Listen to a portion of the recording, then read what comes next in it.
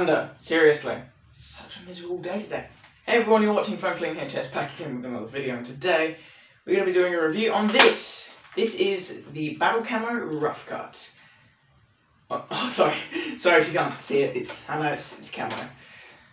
Trust me, I am holding a blaster though, it's the Roughcut. There's a dart in there now, that you can probably see it now. I don't actually have any unboxing footage, but the unboxing footage was pretty boring anyway. I could just rip it out of the package. But the package does include the blaster itself and 16 darts. That's it. So I'll go all over its features, and then I'll show it firing, and then I'll give you my personal opinion at the end. I'll leave timestamps down in the timeline and the description box down below, so if you want to skip to a particular part, you totally can. On with the overview.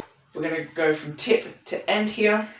Starting up here, we have 8 front-loading barrels. Obviously, no barrel lug. Obviously, that should be apparent as you look at this thing. So you can front-load your 8 darts like that. Up here is a front iron sight corresponding with no rear iron sight, but there is an end-strike tactical rail in the middle of these two kind of sight post things, so you can mount a sight or an optic if you do want to. The blaster is quite wide, and that's because I do believe there is actually 2 plunger tubes in here. Back here is a sling attachment point, as well as one on the grip, and here is the priming handle. The handle has a nice rear ledge, so you can ram your hand into it, but to prime, pull back and push forward, and that enables you to fire once and twice. I'll get to the 2-stage trigger later in the overview. The paint job on this blaster is really nice. It's also painted on both sides, but as you can see, the warning stickers kind of ruin the aesthetic from the other side, and I try to rip one off. They're the awkward types of stickers. Back here is the grip. The grip is quite slanted, as you can obviously see, but it is quite comfortable. It's begging to be shot from the hip, just like this, which is, you know, the perfect place for this blaster. But the grip is massive, it suits my oversized hand, and I don't think it would be alienating to smaller hands. Here's the trigger guard. It has a nice finger groove, so your finger can sit in there nicely. Here's the trigger. The trigger pull feels quite smooth. The length of pull is quite short, so little hands won't have a struggle with this grip at all. The trigger is smooth, but it's also a 2-stage trigger, so when you prime the blaster, you can pull the trigger kind of twice. So the first shot will launch the first dart, and then if you pull a little bit harder, the second shot will fire. If you pull really hard, both shots will fire. The trigger is very nice. The blaster does have slam fire. I'll be running it faster, but the locks do block you quite a bit.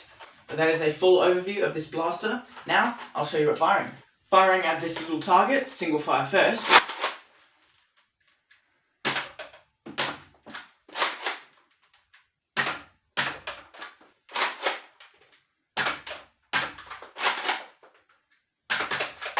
Now shotgun mode while full pulling the trigger.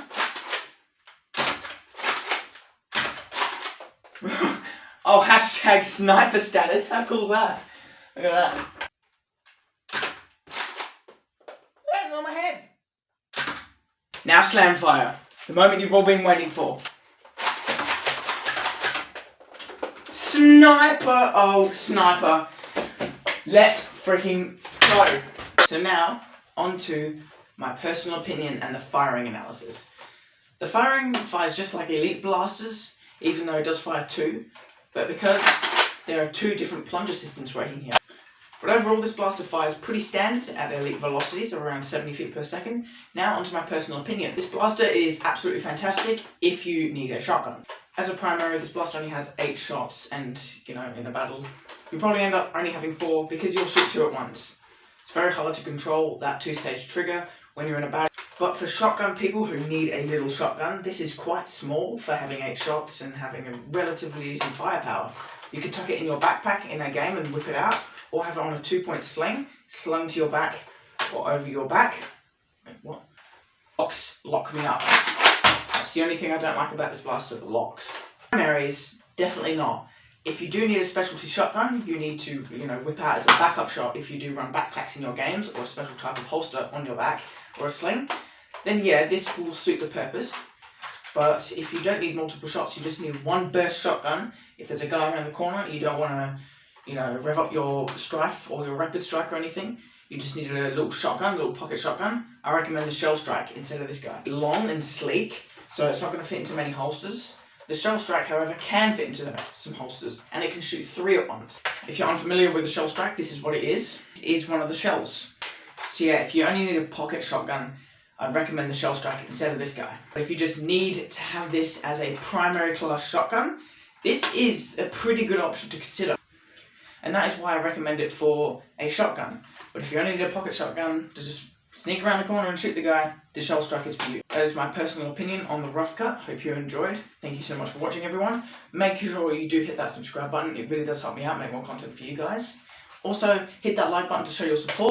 Sorry that live chat on the last video was turned off. I seriously could not figure out how to turn it on. That looks stupid. What? You just ran out of battery.